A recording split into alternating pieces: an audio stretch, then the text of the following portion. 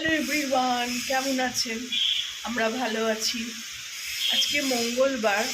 আজকে এখন অনেকটাই বেলা, বিকেল বেলা এখন।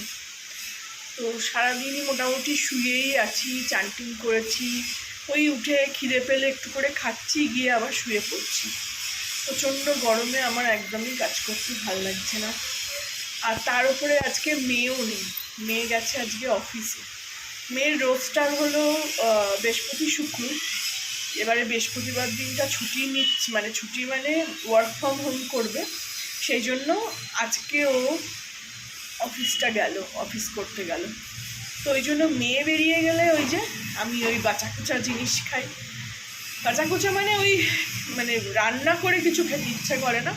ছাতু খেয়েছি একটু, খিদে পাচ্ছিল, প্রচণ্ড মাথা ধরে যাচ্ছিলো, শুয়েই ছিলাম। উঠে একটু চিড়ে খেলাম, আম কিনে এনেছিলাম, দাসেরি আম এনেছিলাম, এবারে 100 টাকায় 1 কিলো।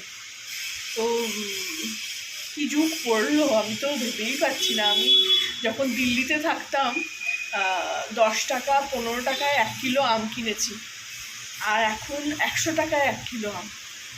তো যাই হোক, যুগের সঙ্গেই চলতে হবে, কিছু বলা যাবে না, খেতে তো হবেই। ওই আম একটা কেটে একটু চিড়ে দিয়ে খেলাম, চিড়ে দই খেলাম। তো ভাল লাগে আমার এগুলো খেতে, আমার শরীর ঠান্ডা হয়। আমার তখন মনে হয় যে মেয়ে না থাকলে আমি আর কী করবো, নিজের জন্য কিছু ইচ্ছে করে না। এরকম হয়নি, খুব কম, হয়নি, একবার হয়েছে, তখন আপনাদের আমি ভিডিও করে দেখিয়েছিলাম যে নিজের জন্য রান্না করছি। তো কড়া বসিয়ে দিয়েছি, এখন রান্না করছি, রাত্রিরে রান্না। কারণ সকাল থেকে রান্না করে রাখলে না একটা ভয় করে সবসময় যে খারাপ হয়ে যাবে। এত গরম, আর খাবার, আমার তো মাইক্রোওভেন নেই, ফ্রিজে তুলবো আবার বের করে ওই রান্না গরম করা স্বাদ থাকে না। তো এতক্ষণে উঠে একটু টিভি চালিয়ে দিলাম, আর ভাবলাম রান্নাটা করে নিই, রান্না করব। ও যাওয়ার আগে কুলারে জল ভরে দিয়ে গেছে, ঝাড়ু দিয়ে গেছে। তো ও যাওয়ার আগে আমার পুজোও হয়ে গেছে, চান করে পুজোও হয়ে গেছে। তো সেই জন্য কোনো কাজ করতে ইচ্ছে করছিল না, শুয়েই পড়েছিল। তো এখন রান্না করতে এসেছি, চলুন দেখাই কি রান্না করছি আজকে। বসিয়ে দিয়েছি, এদিকে এইভাবে সকালবেলা কেটে জোগাড় করে ঢাকা দিয়ে রেখে দিয়েছিলাম।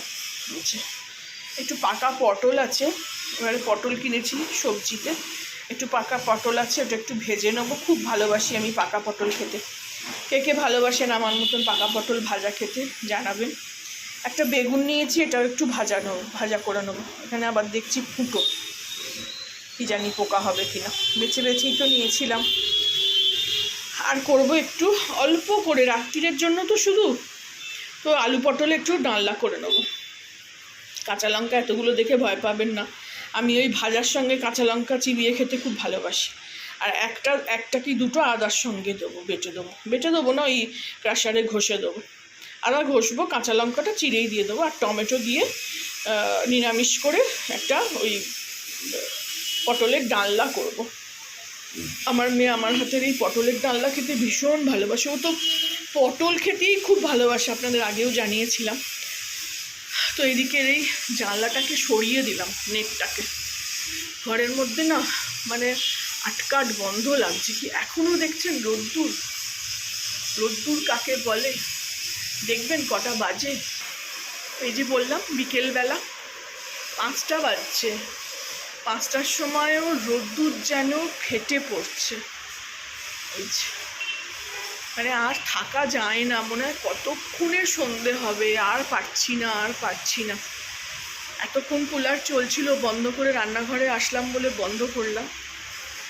তো ও তো ঝাড়ু দিয়ে গেছে, আমি একটু ওই সন্ধ্যের দিকে এই রান্নাটা করে নিয়েই পোছা দেবো, পোছা দিয়ে একদম গা ধুয়ে সন্ধে দেবো। এদিকে টিভি চালালাম, বাংলাটা দেখি, দিদি নাম্বার 1 হচ্ছে। এই দরজাটাও খুলে দিই রান্না করতে গেলে, ওদিকেরটা খুলতে ইচ্ছা করে না, টিকটিকি ঢুকছে, ছোট ছোট টিকটিকি প্রচুর হয়েছে।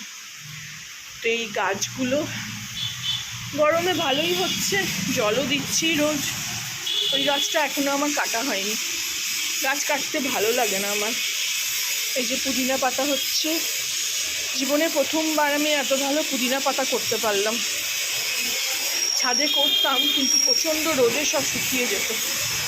মানি প্ল্যান্ট, এটা জানি না। ওই দেখুন আজান শুরু হয়ে যাচ্ছে। শেষ করি আমি আমার ব্লগটা। ভালো লাগলে আমার চ্যানেলটাকে লাইক, শেয়ার অ্যান্ড সাবস্ক্রাইব করে দেবেন। Thank you for watching.